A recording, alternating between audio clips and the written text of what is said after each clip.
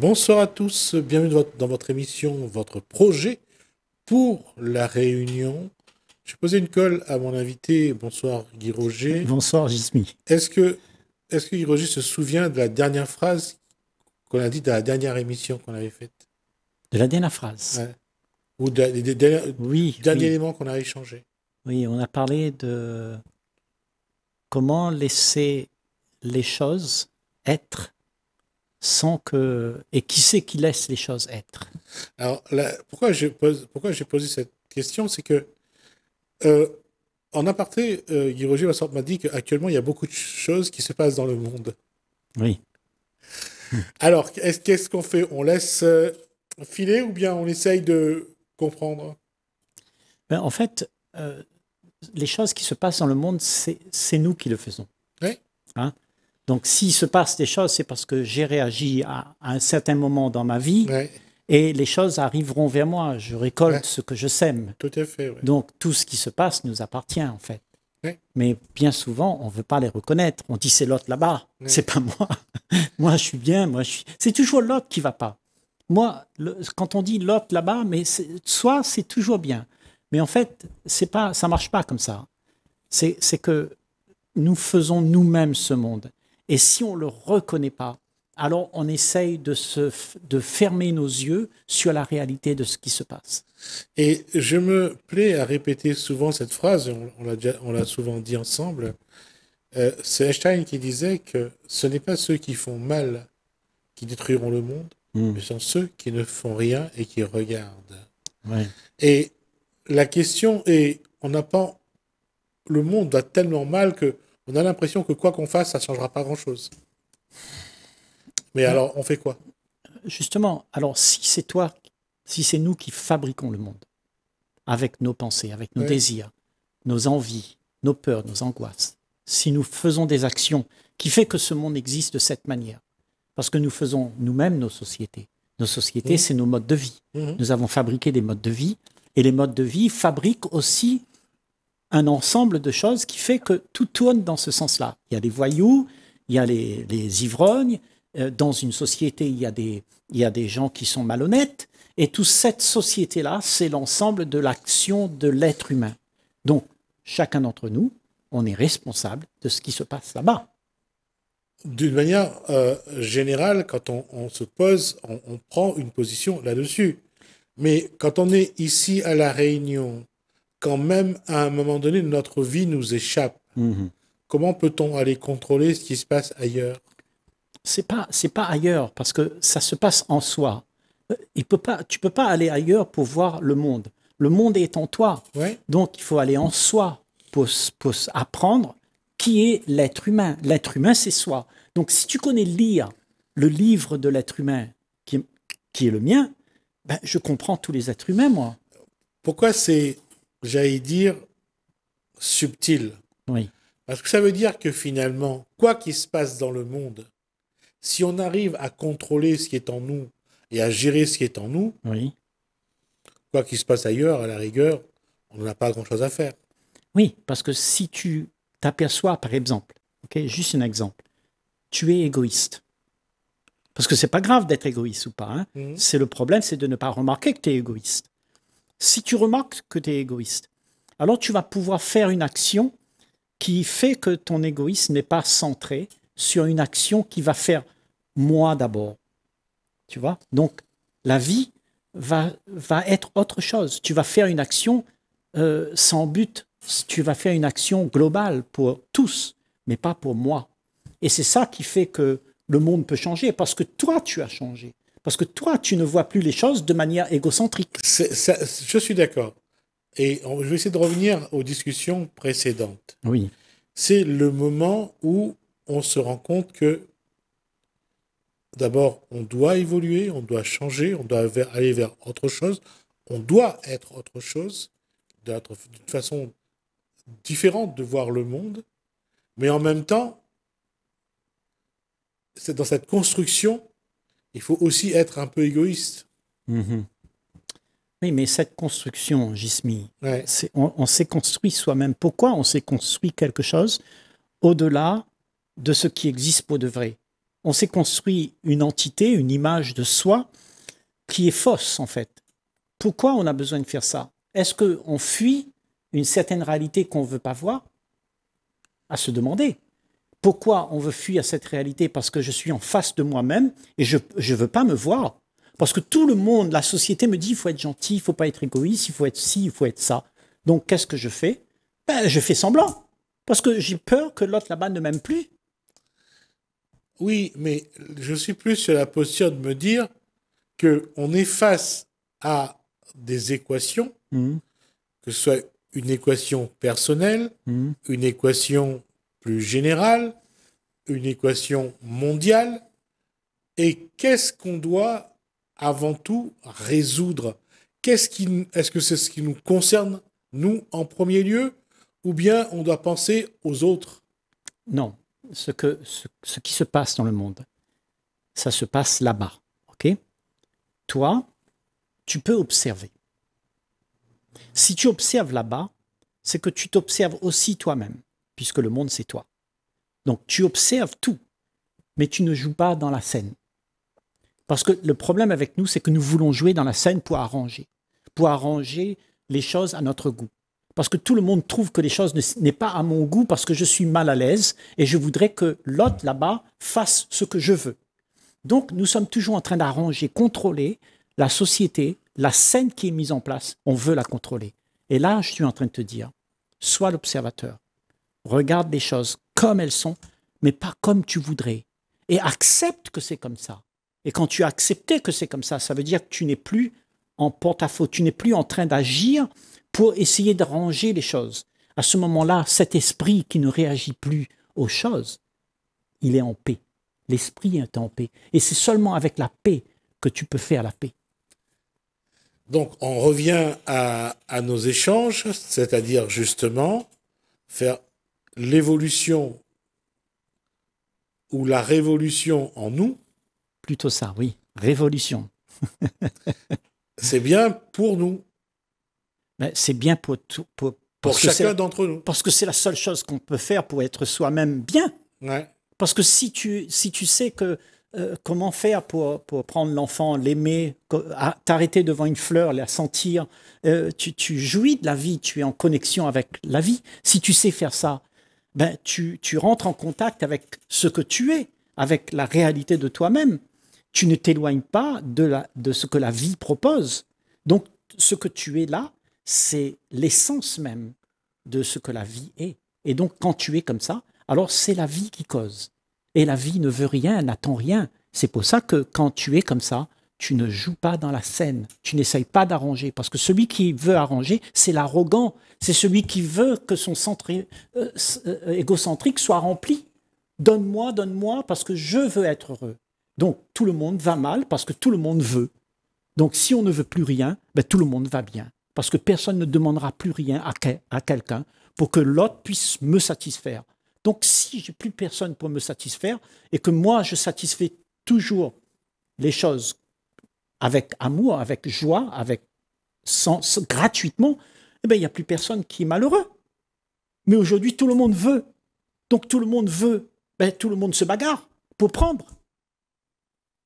Donc, ne plus vouloir, ça veut dire juste accepter que les choses se déroulent ainsi. Et accepter que ce que tu as vu là, que ce que tu vois, c'est le destin de ce que tu as construit toi-même. Tu as construit le karma de ta vie. C'est ce qui te retourne en pleine figure et tu ne veux pas le voir. Donc, regarde-le et tu vas voir que ça, il n'y a que toi qui peux arranger ta vie pour ne plus subir ce que le monde propose. Parce que le monde, tu le subis tous les jours. Parce que tout le monde te demande d'être ce que tu n'es pas. Tout le monde te demande d'être ce que tu devrais être. Donc on te demande de réussir, de courir, de faire les choses pour que tu puisses arriver à un but. Et en fait, on est tous malheureux parce qu'on n'est plus soi-même. Ça me fait penser à une phrase que je ne sais plus de qui c'est qui le disait, c'est que les êtres humains passent leur temps à courir pour gagner de l'argent, à s'en rendre malades. Oui. Et quand ils sont malades, ils se servent de cet argent pour se soigner. C'est ça. Donc, c'est un monde malade. Tu vois, toute cette activité nous rend malades. Et on ne sait pas qu'on est malade. On croit que c'est ça la vie. Tu vois, peut-être en réalisant que ce qu'on fait, c'est ce qu'on subit. Et accepter de ne pas réagir à tout ça, ça fait que tu ne vas pas le subir. Tu vas juste l'accepter. Et quand tu acceptes, ben, les choses vont se remettre en ordre. Mais parce qu'on n'accepte pas, on veut faire l'action, on met du désordre. Et l'ordre, la vie, c'est l'ordre. C'est OK que tout ça se passe, il n'y a pas de problème. L'égoïsme, la gentillesse, la méchanceté, tout ça, c'est OK. Mais si tu veux jouer avec, si tu veux arranger tout ça, ben tu vas souffrir parce que tu vas subir. Alors, il y a déjà le fait, et je reviens à nos discussions précédentes, c'est que déjà se rendre compte qu'à un moment, on n'a plus la main, que la vie prend la main. Oui. Il y a un moment, on se rend compte que on n'a plus de contrôle, Oui. que tout part un peu dans tous les sens et qu'on est perdu. Oui. Alors, le lien, c'est comment l'individu qui, perdu ou pas, qui n'a plus vraiment le contrôle sur sa vie ou qui l'a encore, est-ce qu'il a encore les moyens de regarder son environnement, de regarder autour de lui, de voir ce monde partir un petit peu en quenouille? Oui, mais le monde qui part en quenouille, comme tu dis, c'est le fait de ce que tu es. Parce que tu penses, parce que tu veux arranger, parce que tu veux contrôler, tu veux réussir. Donc ce que tu es crée le chaos dans ce monde. Ce que tu es crée le chaos. Nous sommes le chaos. Nous sommes nos pensées, nos actions, nos réactions créent le chaos dans le monde. Mais si tu ne réagis pas à ton ennemi, si tu ne réagis pas à celui qui t'offense, si tu le laisses être, il n'aura plus rien à répondre. Donc tout s'arrête. Mais parce que tu réagis, parce que tu veux contrôler, parce que tu veux que les choses soient à ton goût, ben le chaos se perpétue. Tu vois ce que je veux dire? Oui, parce que il n'y a pas qu'une seule personne qui veut. Eh oui. Il y a des milliards qui veulent. Donc c'est encore plus. Voilà. C'est un vrai. Donc ça commence par soi. Et c'est toujours par soi, à l'intérieur ici, que ça doit se passer. Si tu veux que ça se passe là-bas, eh ben tu vas encore créer le chaos.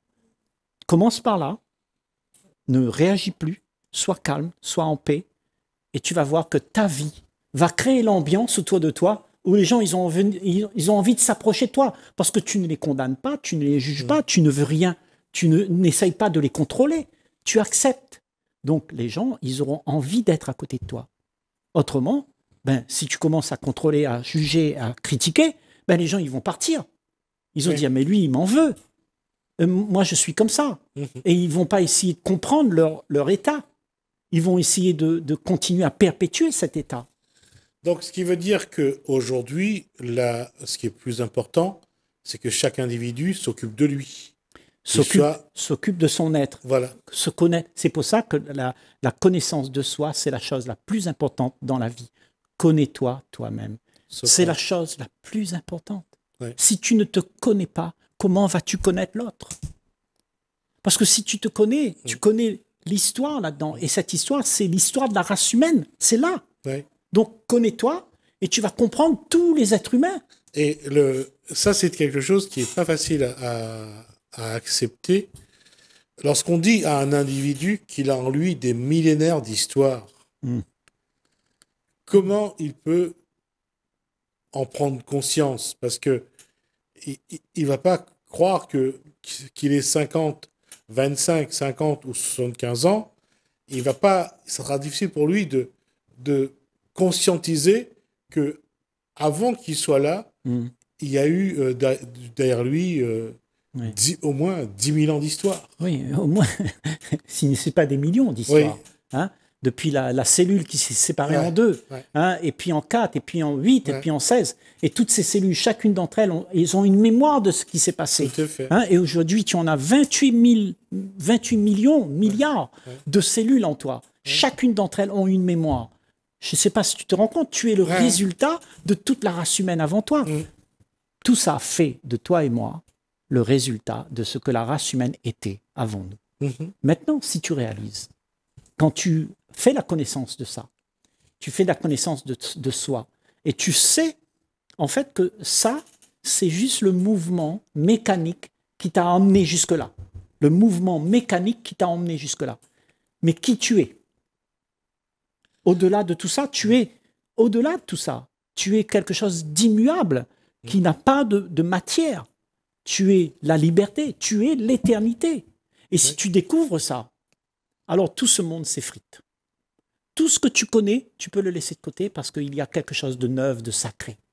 Et c'est pour ça que je vais faire référence au film de Luc Besson, Lucie, quand elle va pouvoir aller à la rencontre de Lucie, justement, dans cette histoire-là, cette première je ne vais pas dire chimpanzé, parce que je pense qu'il y a un autre nom, mais elle va vraiment voyager en elle-même. Oui. C'est en elle qu'elle va voyager. C'est ça. Elle va traverser le temps jusqu'à la préhistoire. C'est ça. Elle va se reconnaître là. Ouais. Et c'est là où on a un problème. C'est que cette partie de nous, nous ne le connaissons pas, et même si on y fait allusion, la plupart d'entre nous le rejettent. Non, c'est qu'on s'identifie à ça. Je dis, je suis un homme. Je suis tout ce que je pense. Je suis ma méchanceté. Je suis égoïste. Je suis méchant. Je suis gentil.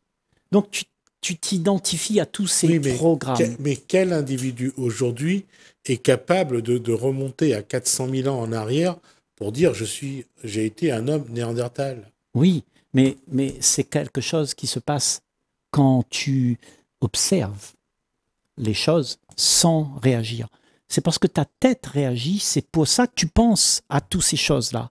Mais il n'y a rien, c'est de l'illusion tout ça. C'est quelque chose qui s'est passé et le passé est mort. Il n'y a plus.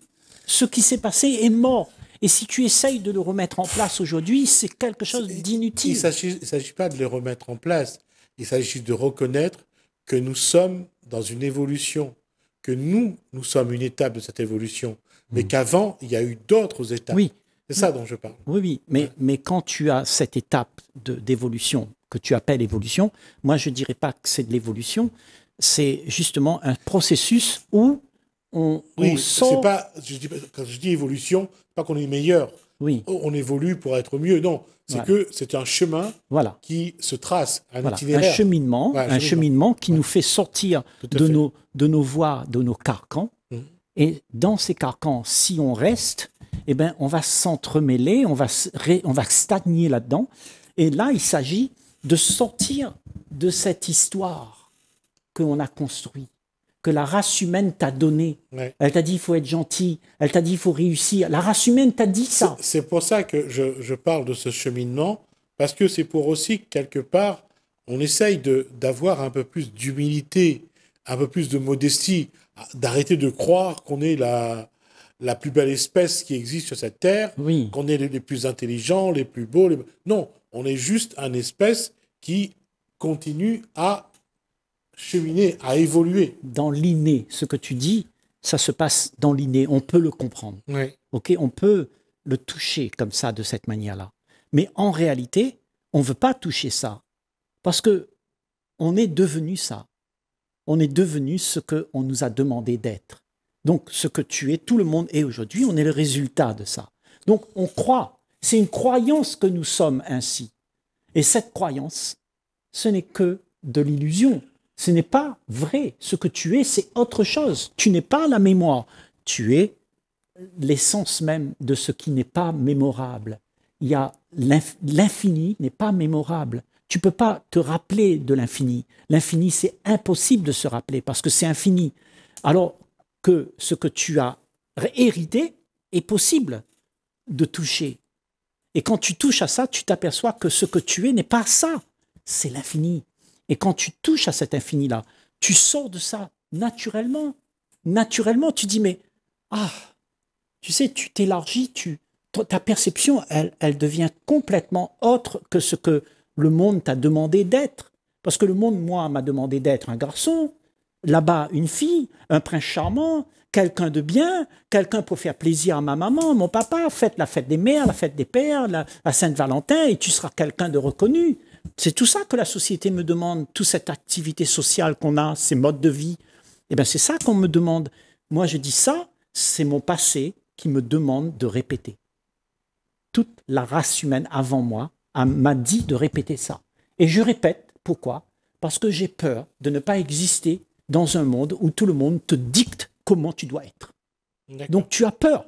Donc ce que tu fais, tu joues le rôle, tu joues le jeu de ce qu'on t'a demandé d'être. Mais tu n'es pas ça. Tu es l'infini. Et à ce niveau-là, justement, entre être l'infini ou être quelqu'un qui existe entre guillemets, parce que il fête la Saint-Valentin par exemple, Oui, il fête les fêtes traditionnelles, il est marié, c'est ça. il a une femme, il a des enfants. C'est plus facile d'exister dans le regard d'un individu comme ça qu'être l'infini. Bien sûr, bien sûr. Cependant, quand tu existes comme ça dans le regard de l'autre, en fait, ce que tu es là n'est pas toi. Donc tu joues le rôle. Ouais. Tu n'es pas vrai. Et à ce moment-là, quand tu n'es pas vrai, tu fous la zizanie. Parce que tu n'es pas sincère. Et la sincérité, d'être sincère avec soi-même, c'est d'être présent avec l'autre, peu importe ce que l'autre pense. Et à ce moment-là, l'autre, il peut se dire, mais lui, il est spécial, il n'a pas ce que je connais, il est complètement à l'ouest. Peut-être que je devrais y réfléchir. Effectivement, là-dessus, c'est plus qu'une réflexion, c'est un choix aussi. Bien sûr. Et ce choix-là, on va le poser la prochaine fois, puisqu'on est déjà arrivé à la fin de cet échange. Mais il y a une réalité, c'est que comment choisir d'être un élément dans l'infini ou croire que on existe parce que on nous dit, on fait semblant, ou alors on met un cadre qui nous permet de croire qu'on existe. Oui. Le choix est assez particulier. Il faut se demander vraiment, Gismi, à la fin. On va se poser la question la semaine prochaine.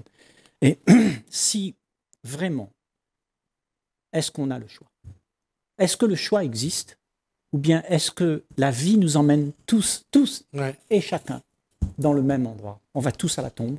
On va tous devoir être ce qu'on est, sans être ce qu'on n'est pas. Ça, on n'a pas le choix.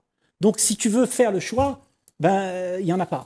Donc, tu vas devoir aimer, tu vas devoir être toi-même, tu vas devoir sombrer, te soumettre à ce que la vie te propose. Je garde cette posture-là et je garde la question.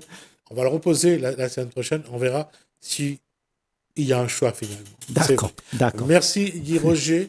Merci à vous de nous avoir suivis. Merci Alain, merci François. Je vous dis à bientôt.